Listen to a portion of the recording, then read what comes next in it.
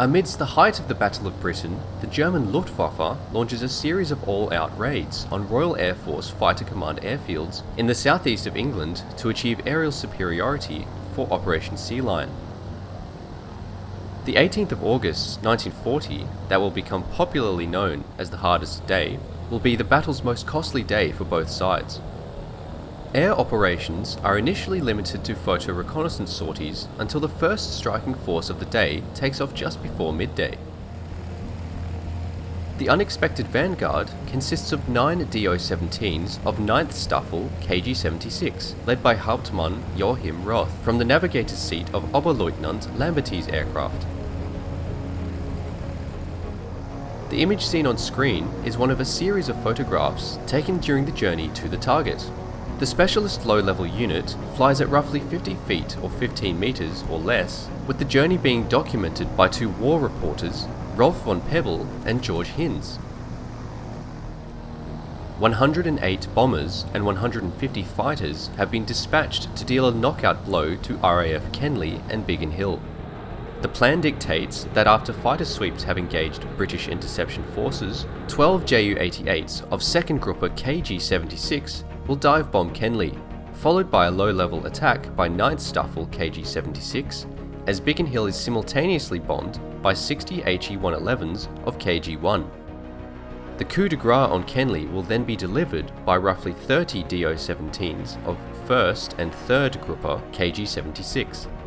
However, the plan falls apart almost immediately, as the formations get ahead of each other due to cloud cover delaying a correct assembly, thus changing the order of the attack.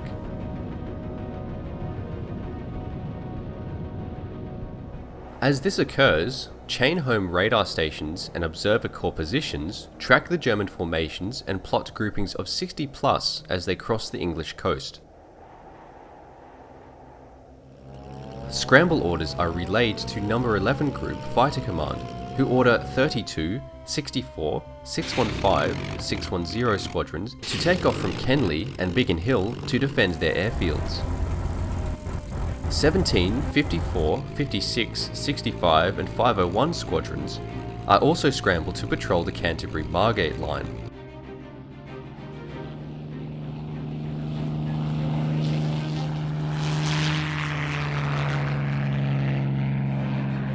"97 British fighters rise to meet the lunchtime attack. Oberleutnant Gerhard Schöpfel, leading 3rd Grupper JG-26, spots 12 Hurricanes of 501 Squadron climbing in a wide circle at 12,000 feet or 3,600 meters. The pilots of 501 Squadron are taken completely unaware, with Schöpfel shooting down 4 of the 12 Hurricanes single-handedly, an impressive feat at this stage of the war. 3 of the 4 RAF pilots survive.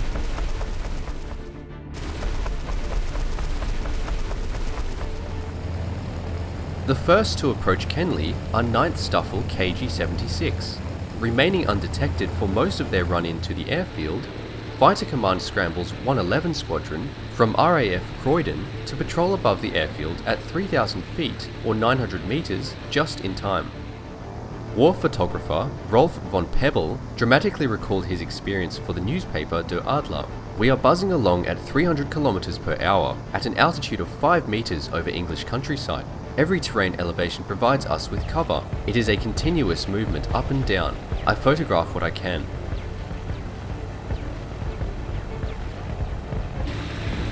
Two straggler Hurricanes of 615 Squadron also take off from Kenley just before the attack.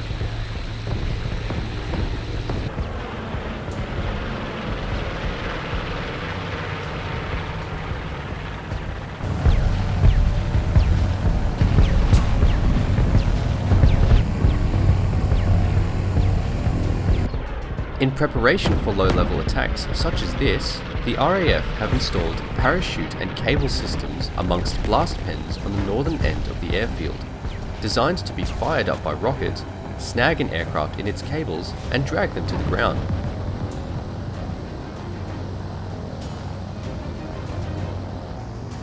The Do-17, flown by Feldwebel Peterson, is caught and dragged to the ground where all 5 aircrew are killed, with this photograph showing the results.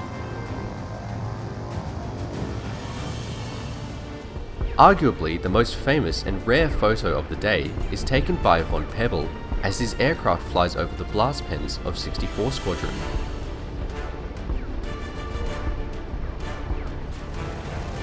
As this goes on, 111 Squadron intercepts the bombers amidst the flag. Sergeant Diamond recalls, "I was leading yellow section and followed green section down to attack the formation of DO-17s at 50 feet. Attack was delivered from dead astern and enemy aircraft had both engines hit and it crashed about 3 miles northeast of Kenley. 9th Stuffle are harried all the way back to the coast of England. Roth's lead aircraft makes a forced landing after some of the crew parachute to safety. This image shows the burnt out remains of this aircraft."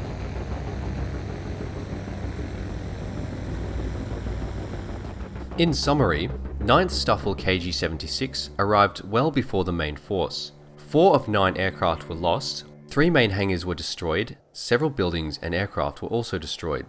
The result of the attack left the airfield unoperational for 2 hours, caused smoke which obscured the target from the high altitude force, and led to a reconsideration of low-level bomber operations over England. As 9th Stuffle makes their withdrawal, 14 Hurricanes of 615 Squadron are intercepted by about 20 Bf-109Es of JG-3. 615 Squadron are bounced at 26,000 feet or 7,900 meters, with 4 or 5 of the Hurricanes being shot down.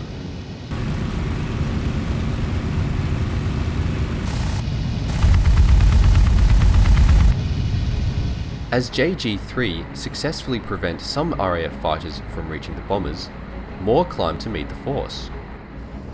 14 Hurricanes of 32 Squadron spot the rest of KG-76, about 30 aircraft at 15,000 feet or 4,500 meters, and the escorting 20 Bf-110s of ZG-26, and split up to meet them head-on.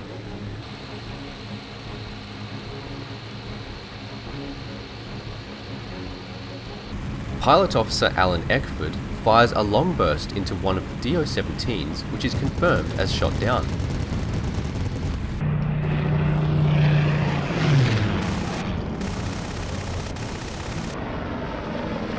According to Goss, this rare photograph shows the DO-17 that Eckford shot down just before it crashed at Hurst Green. A large air battle breaks out, with several of the DO-17s and Bf-110s being shot down or heavily damaged, with the combat being one of the largest of the Second World War up to this point. Hauptmann Schroeter of 8th Stuffle KG-76 recalled, "Look out, the fighters come in so close that one could speak to them. Pull up. Good, he misses us."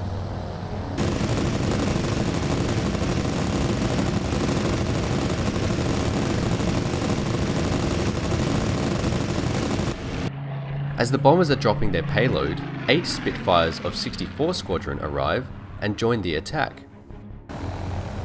According to Alfred Price, the bombers jinked to avoid the incoming aircraft, which caused most bomb aimers to miss Kenley. With the bomb run intercepted, only superficial damage is dealt to Kenley, while others of the formation attack RAF Croydon and other smaller targets of opportunity.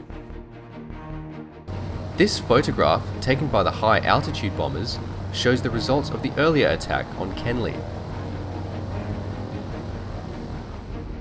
The main benefit of this attack led to KG-1 being unmolested on its way to the target.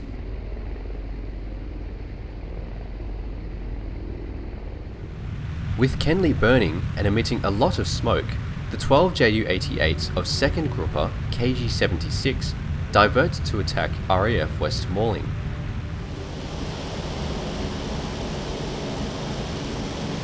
One Ju-88 is lost on the way, and the remainder make a coordinated dive bombing attack on target. They withdraw under constant fire all the way to the channel.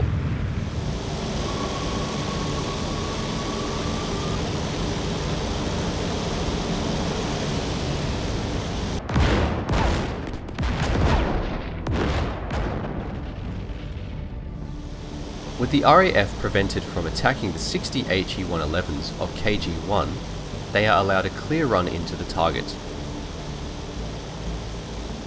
According to Price, some Luftwaffe crews are led to question where is the Royal Air Force, due to the lack of resistance they encounter.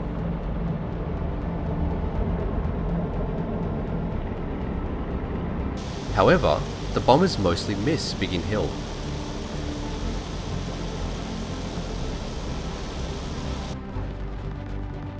In summary, 2nd Grupper KG-76 diverted to their secondary target. The RAF was prevented from intercepting in significant numbers. However, little meaningful damage was inflicted on the airfields, the result being that this was an ineffective attack which left RAF squadrons operational. With the attacks on the airfields completed, KG-76 proceeds on its course back to France, hotly pursued by a multitude of RAF squadrons. Many confusing dogfights occur around the Kent area as Luftwaffe pilots and crew fight their way back to base.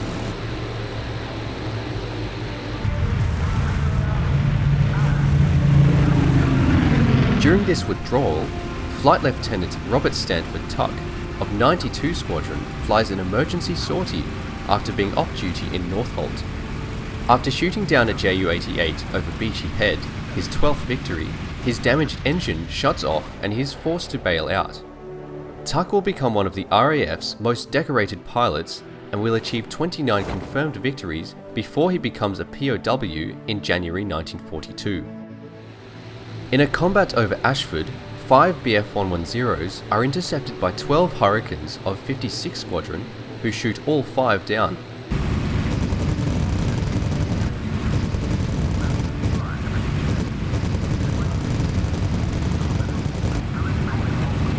Losses of Bf-110s on this day proved to be so costly that losses began to outstrip production, leading to their eventual withdrawal from service as an escort fighter.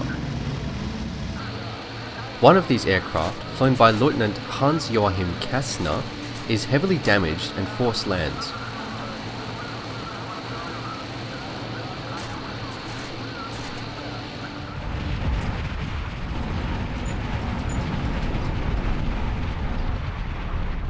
This photograph shows the result of his belly landing.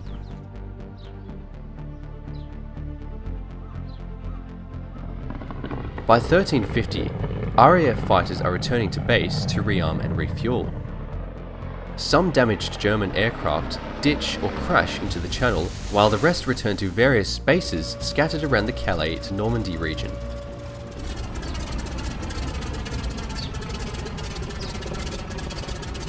As the main force of bombers returns to base, 1st Grupper JG-52, led by Oberleutnant Wolfgang Evold, attacks the Spitfires of 266 Squadron at Manston.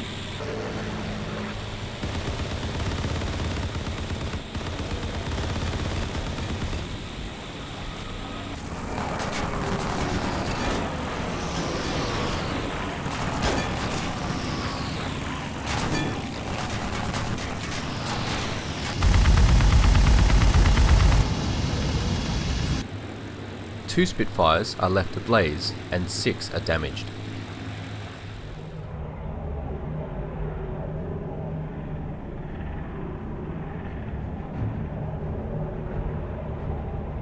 Just before 1400 hours, the largest force of Ju-87 Stukas used on a single day during the Battle of Britain take off from their bases in northern France, bound for the south of England. For the Stuka crews, the hardest day will be a title that is well and truly earned. At the head of the Grand Echelon formation of Stukas, flying at roughly 10,000 feet or 3,000 meters, is 3rd Grupper STG-77, led by Hauptmann Helmut Boder. Following the earlier attacks on Royal Air Force Fighter Command airfields, Kenley and Biggin Hill by Luftwaffe 2, Luftwaffe High Command has determined that the second wave, undertaken by Luftwaffe 3, will strike at a mix of targets in the Solent area of England. According to Alfred Price, 109 Stukas from 3 groupers of STG-77 and 1 grouper of STG-3 are escorted by 157 Bf-109s of JG-27 and JG-2. Their objective: to simultaneously bomb the Chainholm radar station at RAF Polling and the airfields of HMS Peregrine, also known as Ford, RAF Thorney Island, and RAF Gosport. Putting Polling radar station out of action, as was done to RAF Ventnor only a few days earlier, is of particular concern to the British, as there will be very limited early warning coverage in the south of England if the Luftwaffe is successful. On the other hand, poor intelligence leads the Luftwaffe to select non-essential airfields to attack, with RAF Thorney Island being a coastal command base and Gosport being home to a torpedo development unit. The Naval Air Base at Ford similarly does not contain any frontline fighter command aircraft. Number 11 and Number 10 Group of Fighter Command scrambled 43, 152, 213, 234, 601 and 602 squadrons to intercept incoming formations of 80 plus east of the Isle of Wight. Pilots rushed to their aircraft to get airborne as soon as possible. 68 aircraft rise to meet the attack. Climbing hard over the Isle of Wight, 11 Spitfires of 234 Squadron, led by Squadron Leader O'Brien, are the first to make contact with the enemy.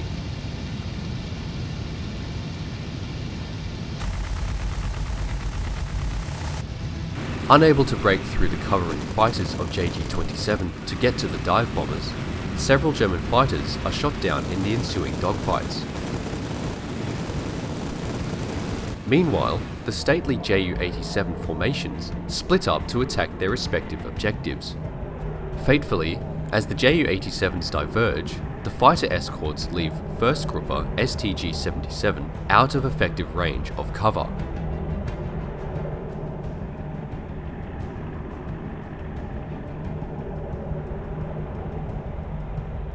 At about 14:30, Helmut Boder leads 31 Stukas, 3rd Grouper STG-77 in a textbook dive bombing attack on RAF Polling.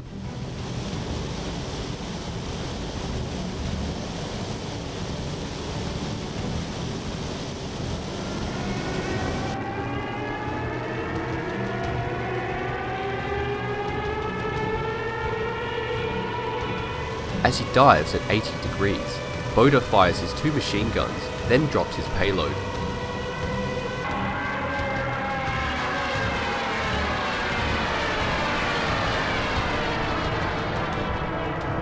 The accuracy of 3rd Grouper is such that RAF Polling is put out of action until the end of August, but emergency mobile radar sets and new equipment due to be installed at Polling prevent the attack from causing more than a minor inconvenience to Fighter Command. At HMS Peregrine, better known as Ford, 28 Stukas of 2nd Grouper STG-77, led by Hauptmann Alfons Ortoffer, dives on key targets around the airfield. 6 Lewis machine gunners provide a brave but meagre defence, and the Stuka crews attack with complete confidence.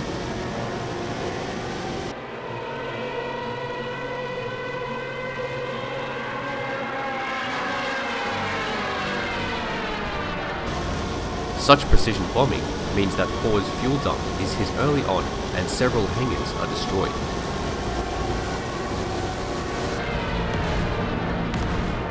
Of the targets that the Stukas hit on this day, Ford suffers the most, with 28 personnel killed and 75 wounded. Several Nissen huts and 1 hangar were destroyed, 14 torpedo bombers were destroyed, and 26 were damaged. Although the destruction was significant, no frontline RAF fighters were affected by this attack. These photos show the state of the airfield after the attack. Flight Lieutenant John Dunlop Urey, leading 12 Spitfires of 602 Squadron, spots 2nd Grouper STG-77 bombing the airfield and intercepts the slow bombers. In his unmarked Spitfire, which had arrived at RAF West Hampnet only that morning, he fires at 5 retreating Stukas before running out of ammunition.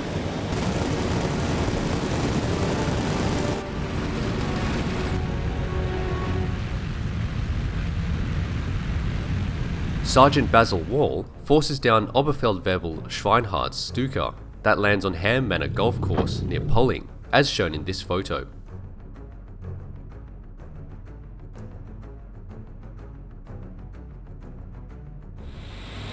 Seeing 602 Squadron attacking the Ju-87s, 3rd Grouper JG-27 dive on the RAF fighters. Dunlop Urey is so badly shot up that his aircraft is written off once on the ground. This famous photograph shows his aircraft, which had a service life of only 21 minutes. Another Spitfire, flown by Flying Officer Ferguson, crashes through some high-tension cables as he lands north of Littlehampton.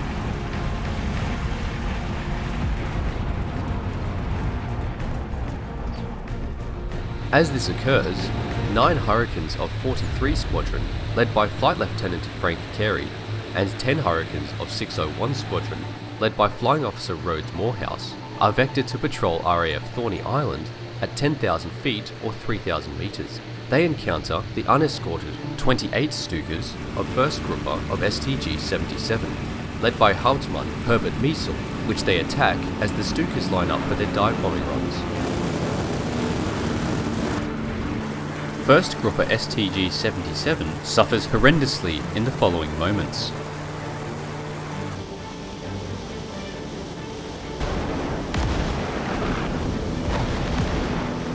Unteroffizier Sellhorn recalled, "There were burning Stukas all over the place. I fired and saw the muzzle flashes from the attacking fighters." Sergeant Hallows claims 3 Ju-87s destroyed.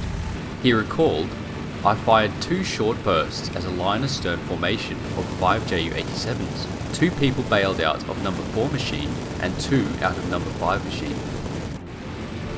One Stuka, flown by Unteroffizier August Dan, that is shot down in this action is recorded in this now iconic Battle of Britain photograph.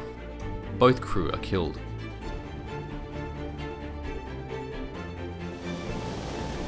The Ju-87s are pursued even as they enter their dives, leading to their bombing accuracy to be much less concentrated than the other attacks.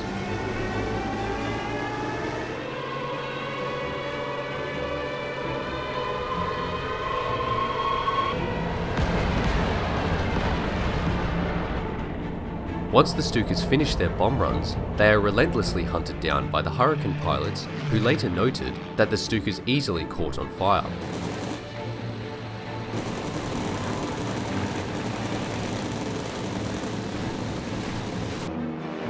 The attack on Thorney Island was disastrous for 1st Grouper STG-77. 2 hangars were destroyed and several buildings were damaged. 10 of 28 Ju-87s are lost. 1st Grouper's leader, Hauptmann Miesel, was also killed in action. The evident vulnerability of the Stukas in this particular action led in large part to the Stuka being withdrawn from service in the Battle of Britain, apart from sporadic small-scale attacks against shipping. To the west, STG-3 makes its way up the Solent to attack RAF Gosport. One of the escorting fighters from 2nd Grouper JG-27 is flown by Oberleutnant Julius Neumann.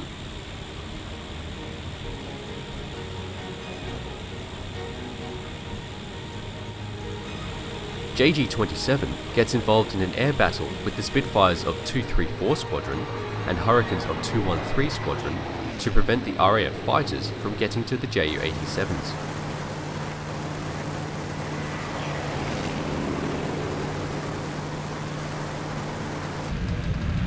Unopposed, the 22 Ju-87s of STG-3, led by Hauptmann Walter Siegel, performs a highly accurate attack on Gosport.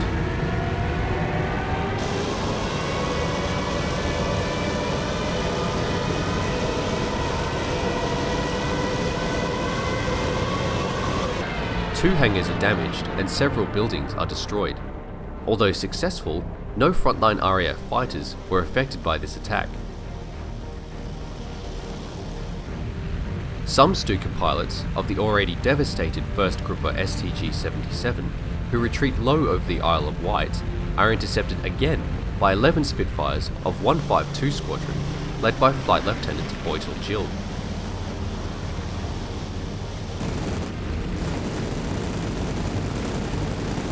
Unteroffizier Sellhorn recalled, "We radio operators felt as though we were human armor plate to protect the pilots sitting behind us." A mad dash ensues as Stuka crews desperately try to return to their bases in France while avoiding determined RAF fighter attacks.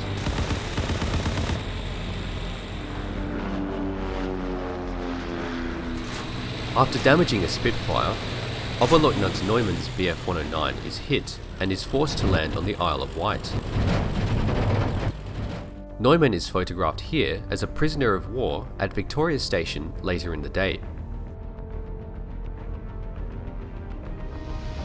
Some Bf 109 pilots, with ammunition to spare, attack barrage balloons over Port Chester.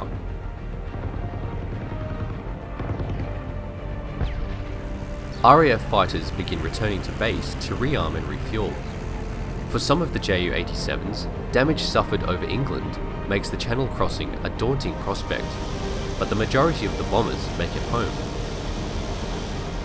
Others await rescue after parachuting to safety. One radio operator, Unteroffizier Karl Mayer, survives being shot 8 times. Generalmajor von Richthofen writes in his diary later that day, "A Stuka grouper has had its feathers well and truly clipped." A period of general quiet occurs as both sides take stock of their losses, but the hardest day is not yet over.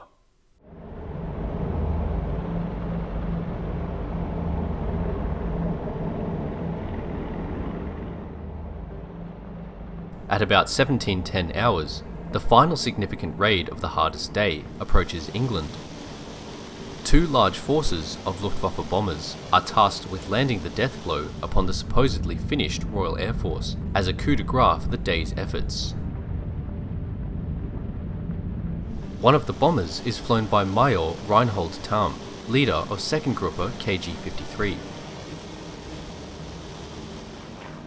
Luftwaffe 2, having metaphorically caught its breath after conducting the first wave against RAF Kenley and Biggin Hill in the early afternoon, now focuses its attention on the next most important airfields in the southeast of England.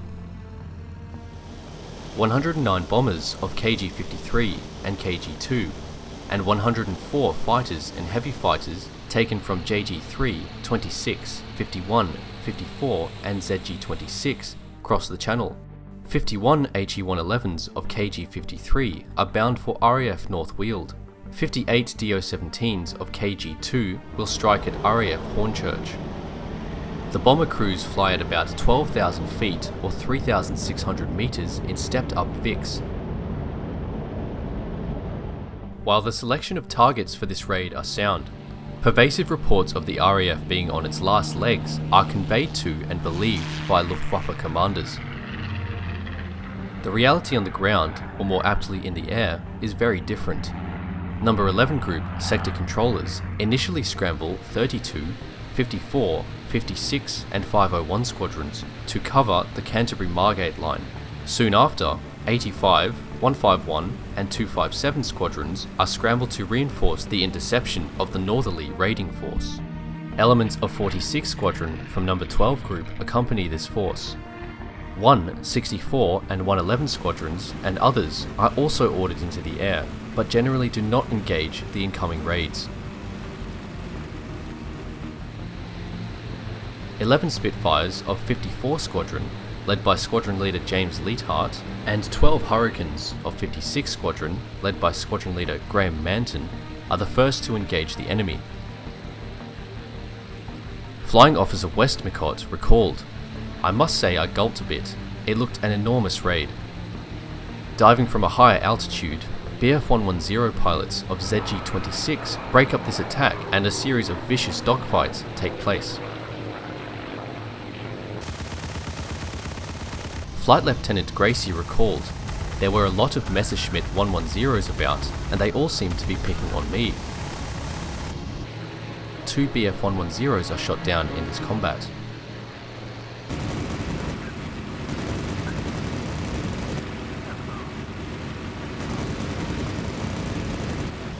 Elements of 56 Squadron get through to the bombers.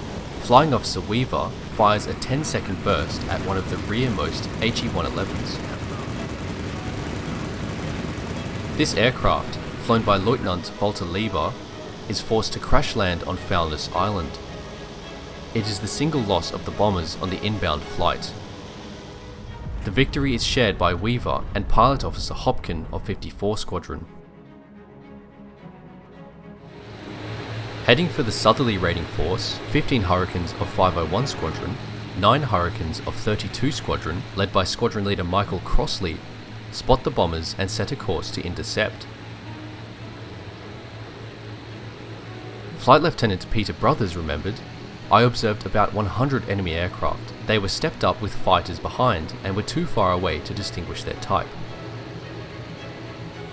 The well-positioned escorts of 2nd Grouper KG-51 and 3rd Grouper JG-26 dive on the climbing RAF fighters.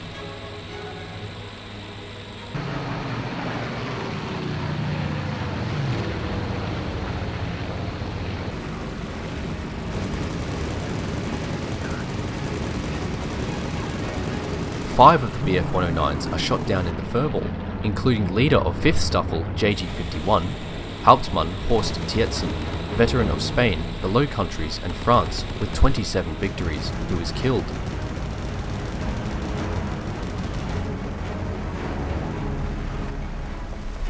Three Hurricanes are shot down, including Squadron Leader Crossley, the 2 other pilots being badly burnt.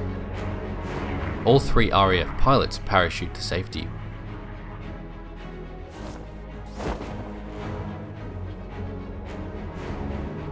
In summary, the escorting fighters successfully prevented the RAF from inflicting any significant damage on the 2 approaching bomber streams, leading to only 1 bomber being lost. The result being, the bomber crews continued towards their targets uninterrupted. After crossing the coast, Luftwaffe operations are thrown into complete disarray as the characteristically British weather moves in. Cloud cover builds up until it is clear that accurate high-level bombing is impractical.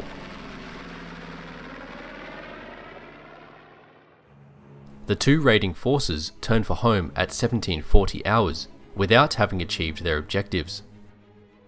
KG-2 suffers no losses on its return to France.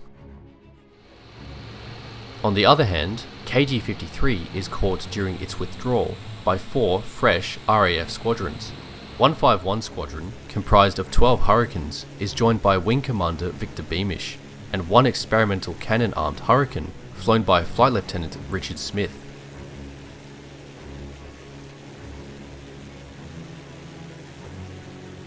"12 Hurricanes of 257 Squadron, led by Squadron Leader Hill Harkness, also approach the bombers.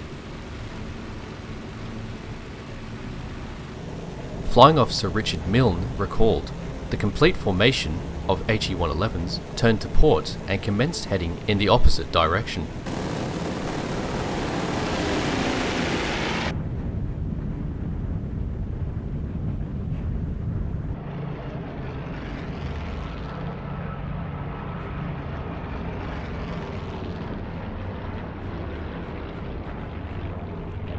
Milne destroys the bomber flown by Major Tam.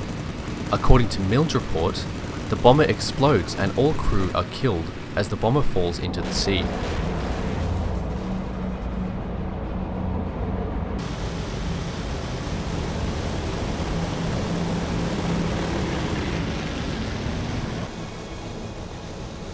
Flight Lieutenant Smith is unable to get his cannon-armed Hurricane into a good firing position due to the heavy armament.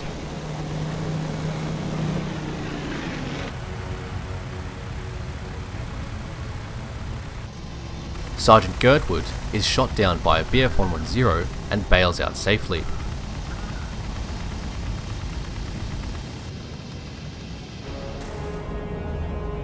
As the retreat continues towards the coast, 3 Hurricanes of 46 Squadron, led by Flight Lieutenant Alexander Rabigliati, join the melee, as well as 13 Hurricanes of 85 Squadron, led by Squadron Leader Peter Townsend, of future royal family fame and controversy. Townsend encounters the BF-109s of 3rd Grouper JG-51.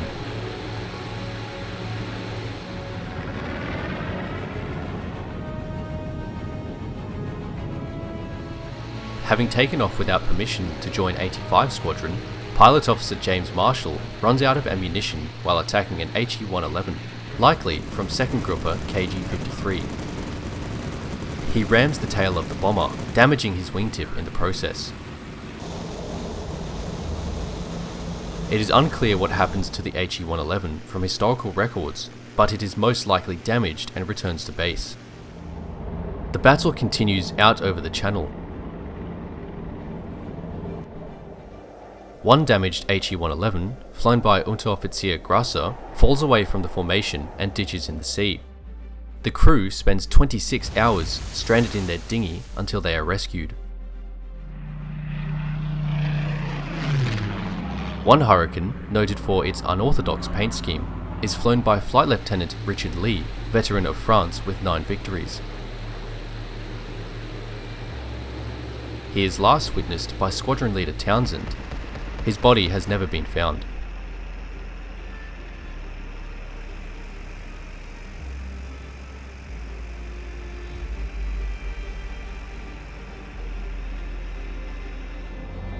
The intervention of the weather ultimately prevented any bombing attacks on airfields. KG-2 turned back before they encountered significant resistance and therefore suffered no losses.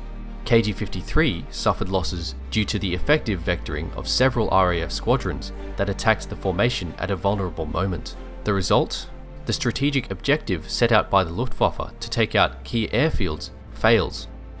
Interestingly, contemporary British reports incorrectly believed that the bombers had turned back due to the presence of the RAF.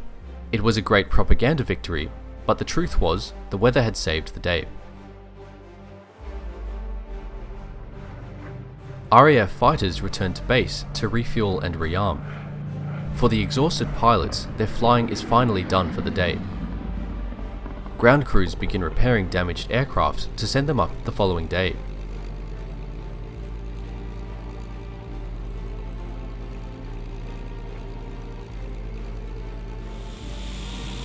Luftwaffe aircrews return to their bases in the Calais to Normandy region, where wounded crew members are treated and aircraft are also prepared for the 19th of August.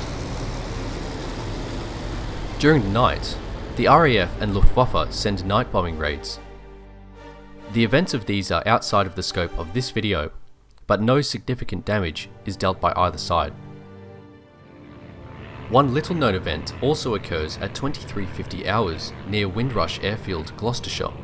An Anson aircraft, flown by Sergeant Bruce Hancock on a training sortie, collides with an HE-111 of 5th Staffel KG-27, flown by Oberfeldwebel Dreher. Hancock, who is thought to have deliberately rammed the bomber, and the crew of 5 in the HE-111 are killed.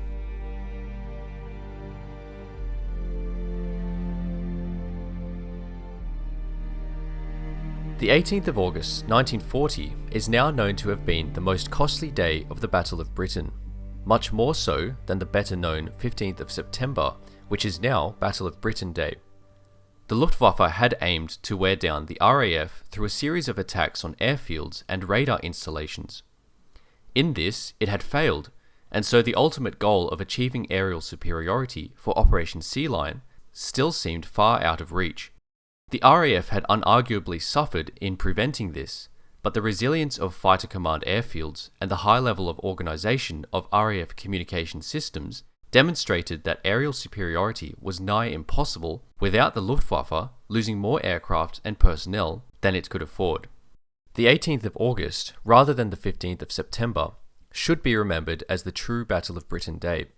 If we consider that roughly half of the RAF destroyed aircraft were on the ground, the majority being second-line aircraft, the Luftwaffe had not only incurred a 2-to-1 loss ratio in the air against the victorious RAF, but by the middle of September, the Luftwaffe had already switched from directly targeting the RAF in favour of terror bombing London. The 24 hours of the 18th of August can therefore be understood as a microcosm of the wider Battle of Britain, and stands as a perfect example of why the British eventually won the battle.